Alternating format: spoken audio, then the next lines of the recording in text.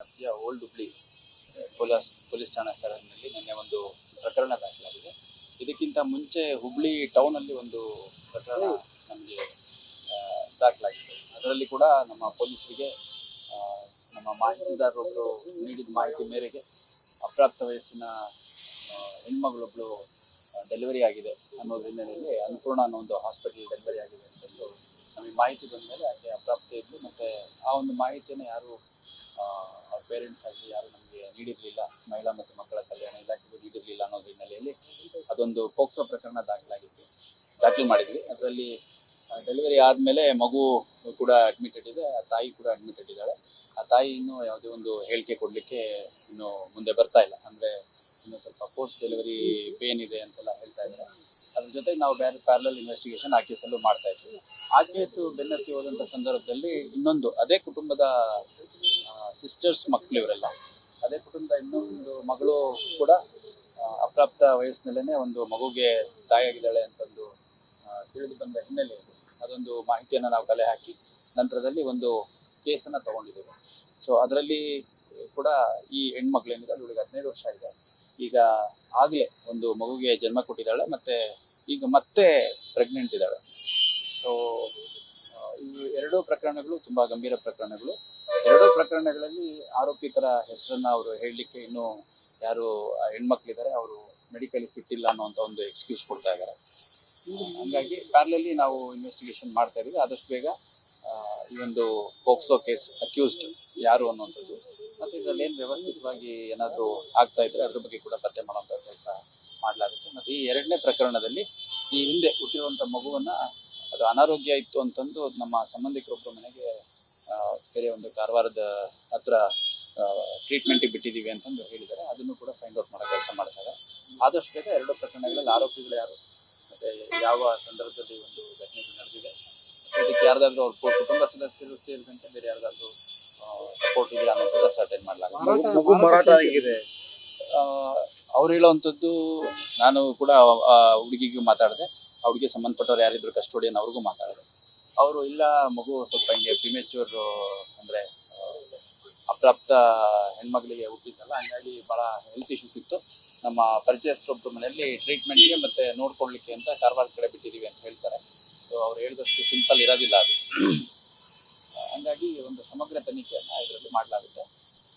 ಆ ಮಗುವನ್ನು ಅವರು ಟ್ರೀಟ್ಮೆಂಟಿಗೆ ಬಿಟ್ಟಿದ್ದಾರೋ, ಮಾರಾಟ ಮಾಡಿದಾರೋ ಪ್ರತಿಯೊಂದು ಕೂಡ ನಾವು ಪತ್ತೆ ಮಾಡಿಬಿಟ್ಟು ಆದಷ್ಟು ಬೇಗ ಯಾರ್ಯಾರು ಈ ಒಂದು ಕೃತ್ಯದ ಹಿಂದೆ ಇದ್ದಾರೆ ಅವರೆಲ್ಲರನ್ನೂ ವಶಕ್ಕೆ ತಗೊಂಡು ವಿಚಾರಣೆಗಳು ಕಳಿಸಿ ಕೈಗೊಳ್ತೀವಿ. ಸರಿ, ಟೌನ್ ಲಿಮಿಟ್ ಆದಂತಹ ಡಾಕ್ಟರ್ನೇ ಇದೇ ಪ್ರಕರಣದಲ್ಲಿ ಇನ್ವಾಲ್ವ್ ಆಗಿದ್ದಾರೆ.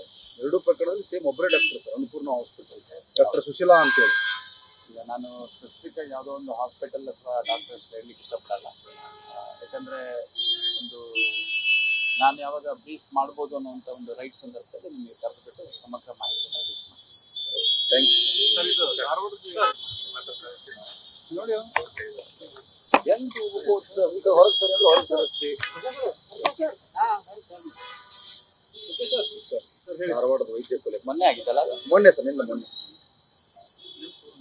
2 ದಿನಗಳ ಹಿಂದೆ ನಮ್ಮ ಧಾರವಾಡ ಉಪನಗರ ಪೊಲೀಸ್ ಠಾಣಾ ಸರಹದ್ದಿನಲ್ಲಿ ಒಂದು ಘಟನೆ ನಡೆದಿತ್ತು. ಆ ಘಟನೆಯಲ್ಲಿ ಡಾಕ್ಟರ್ ಕಿರಣ್ ಅನ್ನುವಂಥ ಒಬ್ಬರು ಅನೆಸ್ಥೆಟಿಸ್ಟು ಡೆತ್ ಆಗಿತ್ತು. ರಕ್ತದ ಮಡುವಲ್ಲಿ ಅವರು ಬಿದ್ದಿದ್ರು. ನಂತರ ಆ ಕಿರಣ್ ಕುಟುಂಬ ಸದಸ್ಯರು ಅವನ ಹೆಂಡತಿ ಪ್ರಿಯಾಂಕ ಅಂತ ಕೂಡ ಕರೀತಾರೆ, ಅವರು ಕೂಡ ಆಪ್ಥಲ್ಮಾಲಜಿಸ್ಟ್ ಇದ್ದಾರೆ. ಸೊ ಅವರು ಈ ಒಂದು ಕೃತ್ಯ ಮಾಡಿದ್ದಾರೆ ಅಂತ ಕಂಪ್ಲೇಂಟ್ ಕೊಟ್ಟಿದ್ರು. ಅದ್ರ ಜೊತೆಗೆ ಆ ಮಗು 8 ವರ್ಷದ ಮಗು ಇತ್ತು. ಆ ಮಗು ಕೂಡ ಚೆಸ್ಟ್ ಭಾಗದಲ್ಲಿ ಸ್ಟ್ಯಾಬ್ ಇಂಜುರೀಸ್ ಇದ್ದದ್ದು ನಮಗೆ ತಿಳಿದು ಬಂತು. ನಂತರ ನಿನ್ನೆ ಪೋಸ್ಟ್ ಮಾರ್ಟಮ್ ಮಾಡಿ ಬಾಡಿ ಹ್ಯಾಂಡ್ ಓವರ್ ಮಾಡಿದ್ದೀವಿ. ಮತ್ತು ಅದೇ ಸಂದರ್ಭದಲ್ಲಿ ಇವರು ಯಾರ ಮೇಲೆ ಕಂಪ್ಲೇಂಟ್ ಕೊಟ್ಟಿದ್ದಾರೆ ಪ್ರಿಯಾಂಕ ಅನ್ನೋರು, ಅವರು ಈ ಇನ್ಸುಲಿನ್ ಇಂಜೆಕ್ಷನ್ಸ್ ಮಾಡಿಕೊಂಡು ಅವ್ರದ್ದು ಬ್ಲಡ್ ಶುಗರ್ನು ಭಾಳ ಕಡಿಮೆ, ಅಂದರೆ 20 to 30 ಕೌಂಟ್ಸ್ವರೆಗೂ ಬಂದಿತ್ತು. ಹೈಪೋಗ್ಲೈಸೆಮಿಕ್ ಆಗಿದ್ರು. Multiple number of insulin shots ಹಾಕ್ಕೊಂಡಿದ್ದಾರೆ ಅನ್ನೋಂಥದ್ದು. ಆ ಮಗ ಏನಿದ್ದ 8 ವರ್ಷದವನು, ಅವನಿಗೂ ಕೂಡ ಇನ್ಸುಲಿನ್ ಇಂಜೆಕ್ಷನ್ಸ್ ಕೊಟ್ಟಿದ್ದ ಹಿನ್ನೆಲೆಯಲ್ಲಿ ಅವನದು ಕೂಡ ಶುಗರ್ ಲೆವೆಲ್ ತುಂಬ ಡಿಪ್ ಆಗಿತ್ತು ಅನ್ನೋಂಥದ್ದು ನಮಗೆ ತಿಳಿದು ಬಂದಿತ್ತು. ಈಗ ಪ್ರಿಯಾಂಕ ಏನಿದೆ ಆಕೆನ ಇಲ್ಲೇ ಕಿಮ್ಸಲ್ಲಿ ಅಡ್ಮಿಟ್ ಮಾಡಿದ್ದಾರೆ. ನಮ್ಮ ವಶಕ್ಕೆ ತೊಗೊಂಡು ಅಡ್ಮಿಟ್ ಮಾಡಿದ್ದೀವಿ. ಆಕೆ ಇನ್ನೂ not fit to give statement ಆ ಥರ ಆಗಿದೆ. ಆಕೆ ಡಿಸ್ಚಾರ್ಜ್ ಆದಷ್ಟು ಬೇಗ ಮಾಡ್ತೀವಿ ಅಂತ ಹೇಳಿದ್ದಾರೆ. ನಿನ್ನೆಗೂ ಇವತ್ತಿಗೂ ಇಂಪ್ರೂವ್ಮೆಂಟ್ ಆಗಿದೆ. ಮೋಸ್ಟ್ಲಿ ಇವತ್ತು ಇಲ್ಲ ನಾಳೆ ಡಿಸ್ಚಾರ್ಜ್ ಮಾಡ್ಬೋದು. ಆದರೆ ಸಮಗ್ರ ಘಟನೆ ಘಟನೆ ಯಾವ ರೀತಿ ನಡೀತು ಅನ್ನೋದನ್ನ ಕಥೆ ಮಾಡಲಾಗುತ್ತೆ. ಮತ್ತು ಇದರಲ್ಲಿ ಯಾವುದೇ ಫೋರ್ಸ್ಡ್ ಎಂಟ್ರಿ ಅಥವಾ ಹೊರಗಿನವ್ರು ಯಾರೋ ಬಂದಿರುವಂಥದ್ದು ಈ ಕೃತ್ಯ ಮಾಡಿರುವಂಥದ್ದು ಇಲ್ಲ. ಸ್ಪಷ್ಟವಾಗಿ ಗಂಡ ಹೆಂಡತಿ ಮಗು 3 ಜನ ಒಳಗಿದ್ದು, ನಂತರದಲ್ಲಿ ಕಿರಣ್ ಅವರ ಕುಟುಂಬ ಸದಸ್ಯರು ಬಂದಂಥ ಸಂದರ್ಭದಲ್ಲಿ ಅವರೇ ಬಾಗಿಲು ತಟ್ಟಿ, ಪ್ರಿಯಾಂಕ್ ಅವರೇ ಬಂದು ಬಾಗಿಲು ತಟ್ಟಿರುವಂಥದ್ದು. ಇಷ್ಟು ಘಟನೆ ಆಗಿದೆ.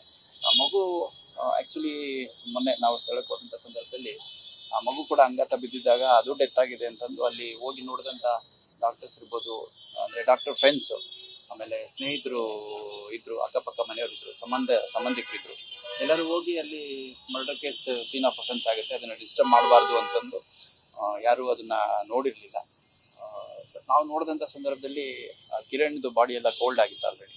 ಈ ಮಗುದು ಇನ್ನೂ ವಾರ್ಮ್ ಇದ್ದಾಗ ನಾವು ಚೆಕ್ ಮಾಡಿದಾಗ ಇನ್ನೂ ಬ್ರೀತ್ ಮಾಡ್ತಾ ಇತ್ತು ಅದು. ಇಮಿಡಿಯೇಟ್ಲಿ ಅದನ್ನು SDM ಹಾಸ್ಪಿಟ್ಲಿಗೆ, ಫಸ್ಟಿಗೆ BDJP ಹಾಸ್ಪಿಟ್ಲಿಗೆ, ಆಮೇಲೆ SDM ಹಾಸ್ಪಿಟ್ಲಿಗೆ ಶಿಫ್ಟ್ ಮಾಡಿದ್ವಿ. ಆ ಮಗು ಸ್ಟೇಬಲ್ ಇದೆ, ಔಟ್ ಆಫ್ ಡೇಂಜರ್ ಇದೆ, ಸರ್ವೈವ್ ಆಗುತ್ತೆ, ಅಂದರೆ ಮಗು ಜೀವಾಪಾಯದಿಂದ ಹೊರಗಿದೆ, ಅಂದರೆ ಯಾವುದೇ ಒಂದು ಅಪಾಯ ಆಗೋದಿಲ್ಲ ಅನ್ನುವಂಥದ್ದು ಡಾಕ್ಟರ್ಸ್ ಹೇಳಿದ್ದಾರೆ. ಹೋಪ್ಫುಲಿ ಆ ಮಗು ಆದಷ್ಟು ಬೇಗ ಹೊರಗಡೆ ಬರ್ಬೋದು. ಪ್ರಿಯಾಂಕಾ ಅವರು ಡಿಸ್ಚಾರ್ಜ್ ಆದಮೇಲೆ, ಅಂದರೆ ಫಿಟ್ ಫಾರ್ ಡಿಸ್ಚಾರ್ಜ್ ಆದಮೇಲೆ ಅವ್ರನ್ನ ವಶಕ್ಕೆ ಮತ್ತೆ ತನಿಖೆ ಮಾಡಲಾಗುತ್ತೆ. ಆ ಇನ್ಸುಲಿನ್ ತಗೊಳ್ಳೋದಲ್ದು ಮಗುಗೆ ಎಷ್ಟು ಸಲ ಇನ್ಸುಲಿನ್ಸ್ ಮಾಡಿ ಎಷ್ಟು ಅಂತ ಹೇಳ್ತಾ ಇಲ್ಲ, ಎಷ್ಟು ಅಂತ ಹೇಳ್ತಾ ಇಲ್ಲ, ಡಾಕ್ಟರ್ಸ್ ಹೇಳುವಂಥದ್ದು, ಇದು ಡಾಕ್ಟರ್ಸ್ ಹೇಳಿರುವಂಥ ಮಾಹಿತಿ. ಯಾಕಂದರೆ ಯಾವುದೇ ಒಂದು ಪೇಷಂಟ್ ಅದ್ರ ಕಂಡೀಷನ್ ನೋಡಿ ಅವ್ರು ಇಮಿಡಿಯೇಟ್ BP ಮತ್ತು ಶುಗರ್ ಚೆಕ್ ಮಾಡಿದಾಗ ಶುಗರ್ 25-30 ಆ ಥರ ಇತ್ತಂತೆ. ಆಕೆದು ಅಷ್ಟೇ ಇತ್ತಂತೆ, ಮಗುದು ಅಷ್ಟೇ ಇತ್ತಂತೆ. ಆವಾಗ ಆಕೆನ ನಮ್ಮವ್ರು ಕೇಳಿದಾಗ ನಮ್ಮವ್ರ ಹತ್ರ ಹೇಳಿದ್ದಾರೆ, ಇನ್ಸುಲಿನ್ ಹೈಪೋಗ್ಲೈಸಿಮಿಕ್ ಆಗಿರೋದು ಹೌದು, ಇನ್ಸುಲಿನ್ ಇಂಜೆಕ್ಷನ್ಸ್ ನಾನು ತೊಗೊಂಡಿದ್ದೆ, ಮಗು ಕೊಟ್ಟಿದ್ದೆ ಅಂತಂದು ಹೇಳಿದಾಳೆ.